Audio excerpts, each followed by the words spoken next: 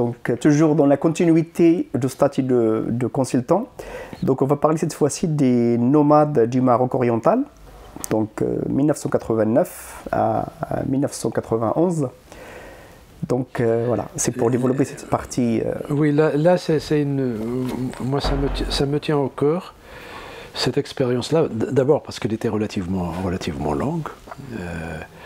Et puis, cette expérience, je l'ai faite avec des amis et des collègues, comme Abdallah Moudi, qui était directeur du projet et qui m'a invité à être consultant dans ce projet, mais également Abdelatif Meshrifa, géographie humaine, et Mohamed Touzi. Donc, ça me tient à cœur parce que, comme j'ai dit tout à l'heure, là également, je ne me considère pas comme un expert de quelque chose. Et je n'ai rien contre ça. Donc les experts peuvent être spécialistes des microcrédits, de l'approche participative, de terre collective, etc. Et nous avons besoin d'expertise de ce niveau. C'est-à-dire parce qu'ils fouinent uniquement une question ou deux questions par rapport à ces spécialités. Je ne suis pas spécialiste, je ne suis pas expert de quelque chose. J'essaie un peu à chaque fois, avec mes collègues, de répondre à partir de ma petite expérience, ma modeste expérience de sociologue et d'anthropologue, de répondre à des questions sur lesquelles j'estime pouvoir répondre. Parce que c'était sur l'Ibn Ghil, c'était sur l'oriental, pas uniquement sur l'Ibn Ghil, sur l'oriental, sur les tribus de l'oriental. Donc il y avait l'Ibn Ghil, mais il y avait également deux autres tribus de l'oriental, Sidi Ali Bouchnafa et Zwa. Donc 4 grandes tribus de l'oriental. Et c'était financé par le Fonds international de développement agricole, le FIDA, qui voulait une consultation avec bien sûr le ministère de l'Agriculture toujours. Et donc la question, c'était d'abord, première phase de l'enquête, c'est quelles sont les structures sociales et la morphologie sociale des tribus en question. Donc c'est des concepts des sciences sociales, ce n'est pas des concepts d'experts, etc. Et la deuxième phase, c'est une enquête par questionnaire sur l'innovation chez les nomades. Et la première phase est une préparation du questionnaire. Donc, une photographie de ce que sont les structures tribales, de ce qu'est la morphologie sociale chez les tribus, qui prépare un peu l'enquête par questionnaire. La première a duré à peu près 6 mois, 7 mois, et elle a donné lieu à un rapport sur les structures sociales et sur la morphologie, je ne sais pas, 250 pages, rédigé par Abdallah Moudi, Ben Shrifa et moi-même. Et la question encore pragmatique, pratique, c'est par exemple le FIDA, le Fonds international de développement agricole et le ministère de l'Agriculture voulaient créer des coopératives. Et la question, à quel niveau? Quel est le niveau pertinent, adéquat, en consultation avec la population pour créer une coopérative? Et comme tu le sais, donc il y a plusieurs niveaux. Il y a le douar, il y a la petite tribu, il y a la tribu, il y a un groupement tribal, et puis il y a la confédération tribale, etc. Donc, bon, la confédération tribale, Bnigil, c'est immense, donc c'est exclu, parce que c'est 300 km depuis le nord de Aïn Ben Matar jusqu'au sud de Figuig, au nord du Figuig. Et donc, restait la Mchicha et la tribu traditionnelle. Donc, bien sûr, maintenant, je vais très vite, mais au terme de la consultation, nous avons proposé la Mchicha, qui était fonctionnelle parce qu'il y avait déjà un shir, et chaque fois qu'une tribu veut manifester son autonomie, il demande à ce qu'il y ait un shir de la tribu. Donc c'était, on va dire, l'emblème de l'autonomie d'une tribu. C'est avoir un shir et être une mchicha. Et des fois, on peut trouver une mchicha où il y a 400 tentes, 400 familles, et une autre mchicha où il y avait 90 ou 70. Donc la question de la taille ne se pose pas. C'est tout simplement... Le système. Pardon? Est-ce qu'il y a un système Oui. Est-ce qu'il y a une communauté qui se sent être communautaire? C'est ça. Et comme chez les nomades, ça ne va pas être le territoire, parce qu'il n'y a pas de territoire. Le territoire est discontinu. L'entrée territoriale, l'entrée spatiale est relativement, frustrante pour un bureaucrate, pas pour moi. Pour moi, ça me donne, beaucoup d'idées. Un terrain fertile. Que veut dire discontinuité spatiale? Imaginez le Bangladesh d'il y a, je ne sais pas, 2 ou 3 décennies ou 4. Le Pakistan, pardon. Le Pakistan, quand il y avait le Pakistan du Nord et le Bangladesh d'aujourd'hui. Maintenant, bien sûr, pour la rationalité bureaucratique, le territoire et l'espace d'une tribu doit être continu. Chez les nomades et chez les transhumants, vous êtes, par exemple, 3 groupes, A, B et C. Il y a 3 parcours. Dans le parcours X, il y aura A, B et C. Dans le parcours Y, il y aura A, B et C. Dans le parcours Z, il y aura A, B et C. Et donc, mon territoire va être dans 3 parcours différents. Et je peux passer d'un territoire à un autre, et ainsi de suite. Donc la discontinuité veut dire tout simplement que ce n'est pas continu. Et puis, ce qui complique également l'existence, parce qu'une tribu peut avoir un espace continu, mais il y a la duplication des groupes. C'est-à-dire, c'est discontinu et le même espace est occupé par 2, 3 douars appartenant à des tribus différentes. Comment, à partir de l'espace, créer une unité pour la logique nomade qui doit avoir pour l'été tel territoire, pour le printemps tel territoire, pour l'hiver tel territoire, c'est impossible. Ça, c'est valable pour les nomades, c'est valable pour les transhumants du Moyen Atlas, les Aitata, etc., etc. Ils doivent avoir au moins 3 espaces différents. Désert, pré-désert, la montagne, etc. Donc, ces entrées-là, l'entrée territoriale, le groupement, c'est pas des sédentaires, c'est des nomades. Donc restait l'amshira. Donc l'autonomie est exprimée. Nous avons fait un peu l'histoire du shirat depuis l'indépendance. Il y avait 4 ou 3 au départ. Et puis bon, ça s'est démultiplié. Et ça te donnait une idée sur la cartographie de la tribu, sur les limites de la tribu, qui ne sont pas des limites territoriales ou spatiales, mais qui sont des limites de ce genre institutionnel. Il y a un shir, et le shir, bien sûr, va aller à l'administration pour demander telle chose, ou pour revendiquer telle question, telle autre chose. Donc, nous avons, la consultation, c'était, voilà, l'une des conclusions, l'amshira, et l'unité fonctionnelle dans cette structure tribale, telle que nous l'avons décrite, avec les arguments, etc., la cartographie, etc., etc. Donc, ça pour un peu disons, la partie morphologie sociale. La morphologie sociale, j'ai parlé de la discontinuité, j'ai parlé etc. Vient la deuxième partie, qui est une partie basée sur les interviews et les questionnaires. C'était fait dans les règles de l'art. Nous avons fait 200 interviews, exactement 119, mais il fallait faire 200, il y a une interview qui a sauté, mais bon. 119 interviews pour préparer le questionnaire. Les interviews ont été faites dans une phase par Abdallah Hamoudi Touzé et moi-même, et dans une deuxième phase par Touzé et moi-même. Donc il y avait deux enquêtes. C'était au mois de Ramadan en plus. Donc nous avons souffert.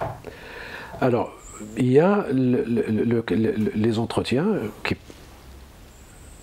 On était déjà adaptés, pas adaptés, mais familiarisés avec le vocabulaire des nomades, etc., donc, qui figurait dans le questionnaire. C'était quelle langue, pardon?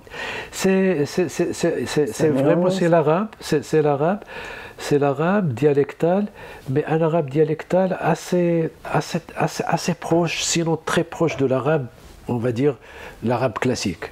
D'accord. Donc, par exemple, pour tourner à droite, on va te dire Stayman. Pour tourner à gauche, pour dire au chauffeur, voilà, tourne à gauche, il lui dit Staysar. Donc, et plusieurs exemples comme ça, c'est-à-dire des mots pour la confiture, pour des mots, voilà, bon, je dis confiture et là-bas je découvre qu'il y a un nom arabe, etc. Voilà. Et donc, oui,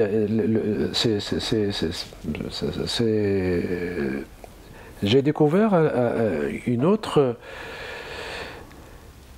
un autre accent, mais également une langue beaucoup plus proche que l'Ela Darija de Casablanca et de la région de Casablanca où j'ai grandi. Et même maintenant que tu poses la question sur la langue véhiculaire, dans la région de Casablanca, et probablement ici également à Rabat, on s'adresse au masculin en lui disant Fil Kharjti. C'est masculin, mais on lui dit Fil Kharjti. En arabe, on dit Hal Kharajta. Donc, bon. En Darija, comme on ne dit pas Hal Kharajta, Fil Kharjti, à un moment, le Muqaddam me dit mais je ne suis pas une femme. Oui. Tu es en train de me dire Fil Kharajti, Ajgalti, etc. Et j'ai compris que voilà, j'étais un peu dans le. Alors que eux, ils disent Fil Kharajt. Pour nous, Fil Kharajt, c'est un peu le Ghaib.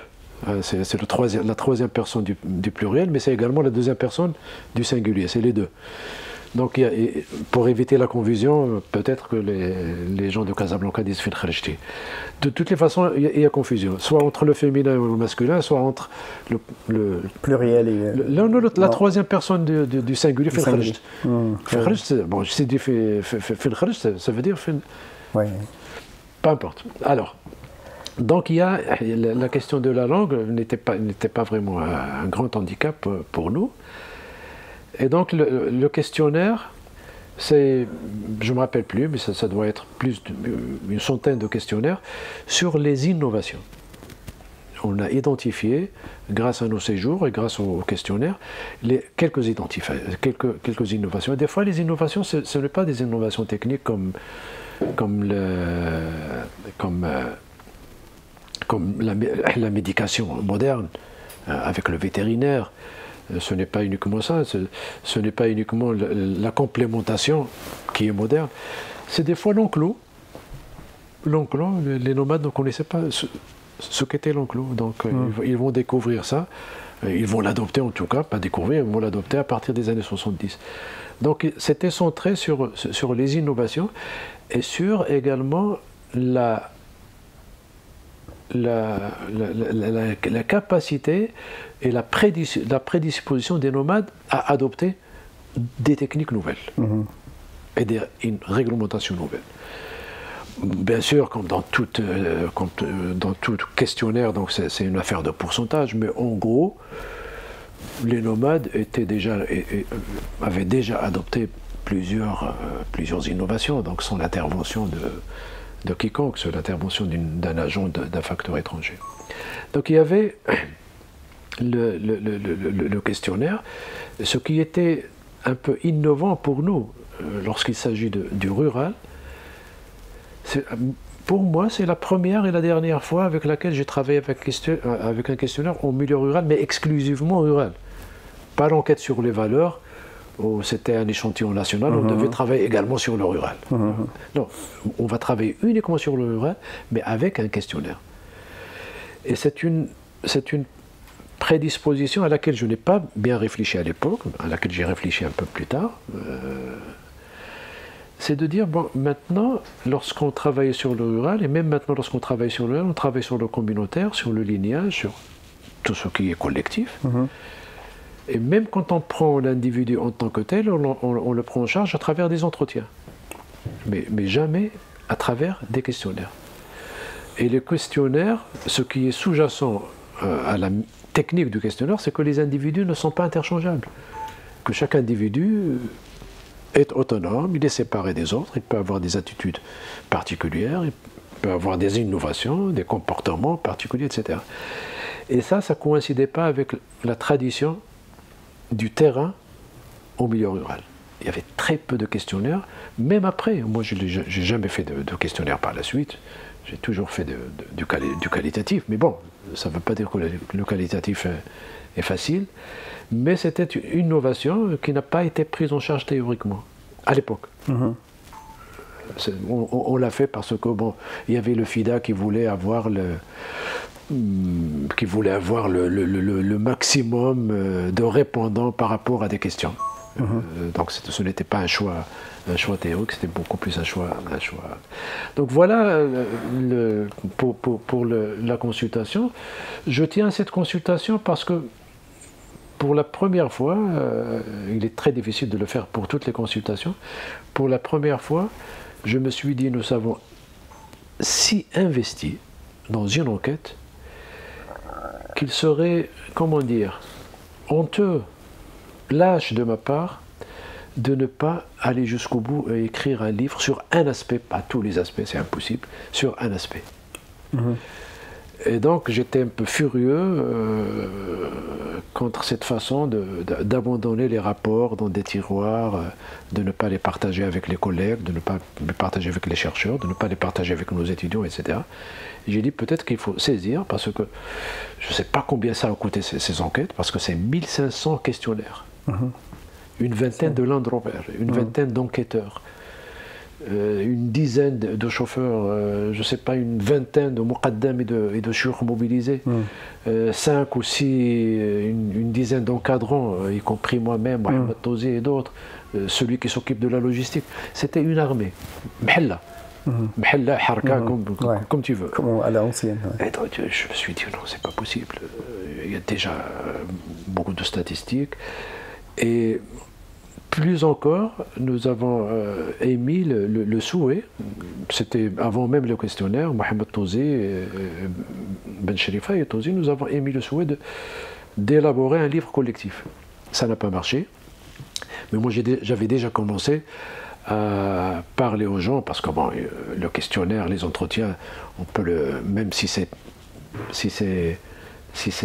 prenait beaucoup de temps, mais une fois que tu es parti dans un endroit à 50-60 km, tu ne peux pas aller faire à un autre endroit, donc tu es obligé tu t'installes, tu fais. Travailler. Bon, quand on termine les 5, les 6 entretiens, il nous restait beaucoup de temps pour engager des entretiens sur des choses qui m'intéressaient personnellement, et la chose qui m'intéressait, c'est comment les nomades se sont fixés et comment d'autres sont restés nomades à leur manière.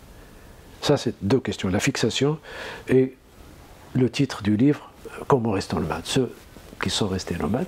Et j'ai essayé un peu de répondre à cette question dans le livre, avec mes différentes stratégies, ceux qui ont adopté le camion, qui ont continué à nomadiser, ceux qui sont restés sur le parcours, mais qui ne pouvaient pas émigrer, rentrer à Tendrara, ou Abu Arfa, qui sont restés sur le parcours, mais ils étaient obligés d'acheter des charrettes, parce que l'une des innovations encore, c'est que avant le troupeau allait vers l'eau. Elle ramène l'eau. Maintenant c'est le nomade qui ramène l'eau, soit charrette, soit camion, soit si le propriétaire du camion c'est son camion, sinon il va louer un camion, etc. Et donc ça dépend des saisons, une fois chaque jour, 2 fois chaque jour. Donc il y a une citerne, khazna, et puis il y a une autre citerne, bon. Et il y a plusieurs pratiques qui ont chamboulé un peu le système nomade et qui a fait que la personne qui reste, qui est fixée, mais fixé au sens nomade, Gaïtan. Ça veut dire qu'il va bouger dans une aire de 50 km, 40 km avec sa charrette, il va changer un peu de parcours chaque 3 mois, 2 mois, 4 mois, ça dépend. Ça dépend de la saison, ça dépend du parcours, de la richesse du parcours, etc.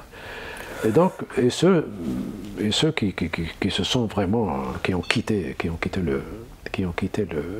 les parcours et qui ont immigré. Donc, on a en gros trois stratégies. Il y a un moment où tu parles de l'axe de migration féminine.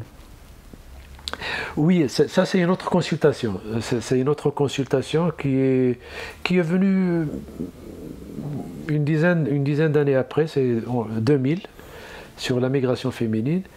Et ça, c'était une consultation qui a été commandée par le ministère de l'aménagement du territoire.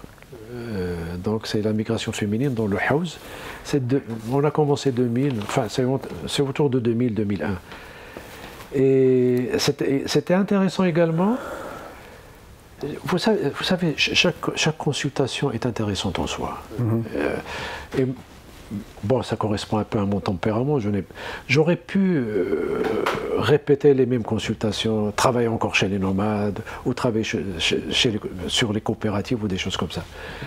Moi, je préfère ce genre de migration d'un type de consultation à un autre type. Les nomades, je n'ai jamais travaillé sur les nomades. Je savais même parce que c'était un nomade au sens sociologique, anthropologique du terme, bien sûr. Et là, la particularité de cette consultation, c'est que pour la première fois, je vais travailler, pas en tant que consultant, mais en tant que chercheur ou consultant sur l'urbain. J'ai enseigné la sociologie rurale et urbaine, je sais ce que c'est que l'urbain, je sais ce que c'est que le rural, j'ai lu sur la littérature sur l'urbain, sociologique ou anthropologique, mais je n'ai jamais fait de recherche ni de consultation. C'était vraiment une aventure, mais relativement plus audacieuse que les autres, parce que sur le rural, je suis plus à l'aise, même si je change de sujet. Il y a toujours un background. Sur l'urbain, c'était difficile parce que il fallait identifier les immigrés, les femmes émigrées, parce que c'était uniquement sur les femmes émigrées. Comment les identifier? De prime abord, il n'y a aucune technique pour les identifier. Soit où tu demandes aux gens, bon, est-ce qu'il y a... Non, on ne voulait pas faire ça. Et donc, nous avons pris le temps des entretiens avec les autorités, avec les autorités locales pour identifier des quartiers où il y a le maximum de migration féminine. À Marrakech, parce que l'enquête, c'est uniquement sur Marrakech. Donc, on a identifié Haïs Salam et d'autres,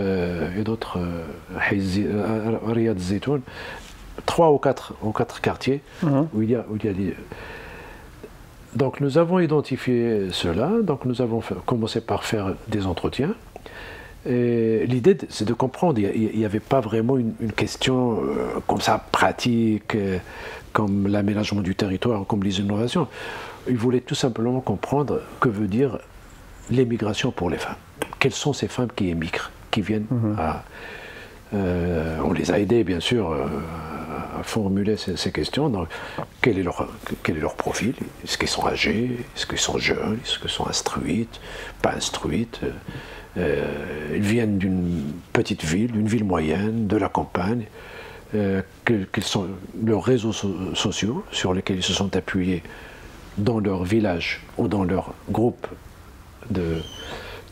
pour venir à Marrakech. Et puis, une fois à Marrakech, quel est le réseau qui les a accueillis ou qui n'a pas accueillis? Enfin, ce genre de questions. Et puis, le projet migratoire, avec ce processus, depuis la décision, quand est-ce qu'il a décidé, jusqu'à l'heure de l'entretien ou du questionnaire. Bref, il y avait les entretiens. Moi, j'ai jamais pleuré lors des entretiens que pendant cette enquête. C'était émotionnel. C'était plus qu'émotionnel. C'était vraiment. Moi, je savais ce que c'était la misère. Je savais ce que c'était la pauvreté. J'étais chez les nomades. Les nomades, ils nous disaient, nous buvons l'eau de la mare. J'étais dans le Haut-Atlas. Je voyais les filles pieds nus, etc. Je voyais les gens comment ils se débrouillaient pour acheter une bougie. Ça m'affectait, mais ça m'a jamais tant affecté que lors de cette consultation, parce que c'était vraiment... j'ai écrit dans le livre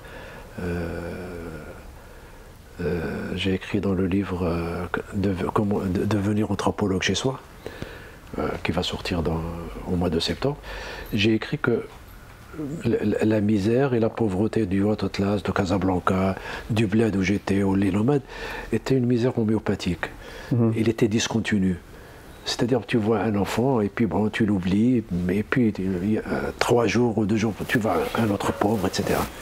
Mais là, c'était très de chance. La semaine, c'était vraiment concentré, c'était de la misère concentrée, chaque jour. Et avec des femmes surtout qui étaient seules. Moi, je pense que l'une des conclusions de cette étude, c'est d'abord la découverte d'un processus de migration qui était inédit. La femme suivait son mari, suivait un proche. Il peut émigrer, venir à Marrakech pour poursuivre ses études, et ainsi de suite.